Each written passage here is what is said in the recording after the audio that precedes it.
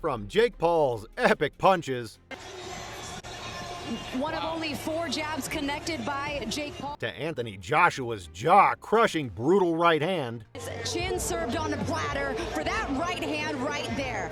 And look at Jake Paul's face. This clash between Jake Paul and Anthony Joshua was a spectacle from start to finish.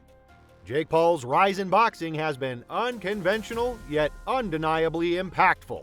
Originally rising to fame on social media platforms like Vine and YouTube, Paul pivoted into combat sports and built a professional boxing record with wins over notable names such as Julio Cesar Chavez Jr. and competitive matches against other celebrity opponents.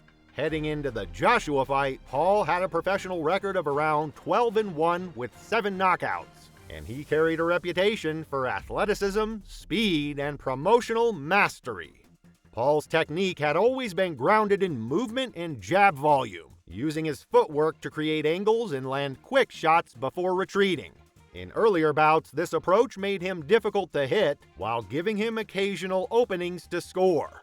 Yet critics regularly questioned whether this style could withstand world-class heavyweight punching power, a doubt that would be tested thoroughly when facing Joshua. Anthony Joshua's boxing pedigree speaks for itself. A former 2-time unified heavyweight world champion and Olympic gold medalist, Joshua has faced some of boxing's toughest competition. With a record approaching 29-4 before the Paul fight and 26 knockouts, he entered Judgment Day as a fearsome technician with championship experience and devastating punching power.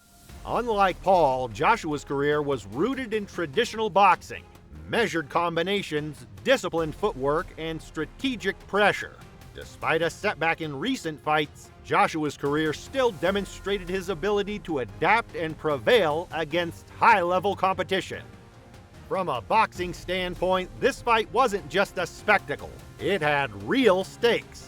You see, Paul's journey from entertainer to boxer was on trial against a former world champion. He needed to prove that he belonged at the elite level. But for Joshua, it was a matter of relevance. After recent losses and time away from competition, he needed a statement win to reestablish himself as a contender in a crowded heavyweight landscape. Plus, the commercial impact of this fight was huge. With global Netflix viewership numbers rivaling major sporting events and massive social media buzz, this fight showed how crossover boxing can become mainstream entertainment. And anyone who'd win this fight would get the type of fame and recognition every fighter dreams of. And then the day finally arrived. And chasing legitimacy, the other guarding legacy. Round 1, and Jake Paul already on the move. Joshua just picking his moments here. There's that right hand. On December 19th, 2025, Jake Paul, the YouTuber turned boxer turned professional pugilist, stepped into the heavyweight ring to face Anthony Joshua, the former 2-time unified heavyweight world champion, in a high-profile bout headlined on Netflix at the Kaseya Center in Miami, Florida. This fight wasn't a standard crossover novelty. It was a strategic and physical confrontation that pushed Paul beyond his previous experience and tested Joshua's status as a legitimate contender in the modern heavyweight scene. The world tuned in. The fight drew around 33 million global viewers, underscoring its massive commercial appeal. Knockouts are hard to come by no matter what. When you're trying for the knockout again, none of us expected this fight to go long, despite the fact that most of us thought. In the first rounds, Jake Paul embraced his key strengths. He utilized lateral movement, quick footwork, and a probing jab, attempting to make Joshua miss while landing scoring shots. Paul's strategy was to stay elusive and score from a distance rather than engage directly with Joshua's heavy power. Get to the inside. Exactly. Oh, big jab. Paul jabbed to Joshua. One of only 4 jabs. In these initial phases, Paul's tactic did produce moments where Joshua was kept at bay, and his jab, sharp and frequent, registered clean connections. Paul showcased his speed and willingness to adjust positioning, traits that had served him well in earlier fights. Paul 3 of 5 in round 3. Joshua 7 of 25.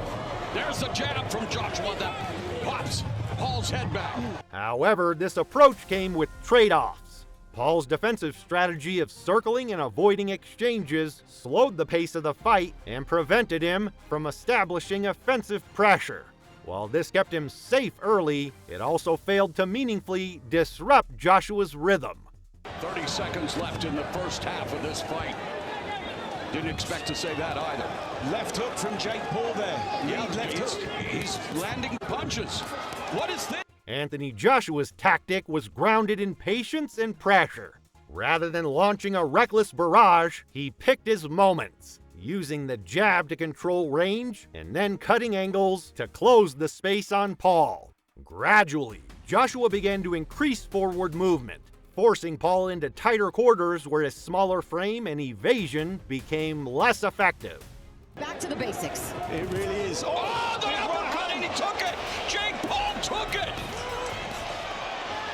And yet he takes the knee again. This is not Joshua, that's Jake. By the middle rounds, Joshua's body shots and uppercuts gained traction, slowing Paul's mobility and beginning to wear down his defense.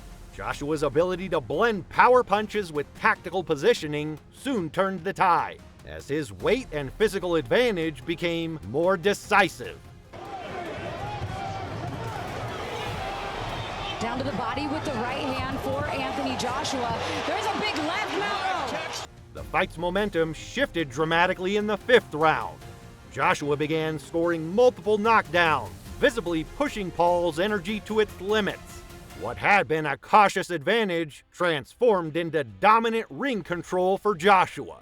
I'm wondering what the hell is happening, and Joshua continues to chop down Paul. Joshua, the Predator, counter right. There's the right.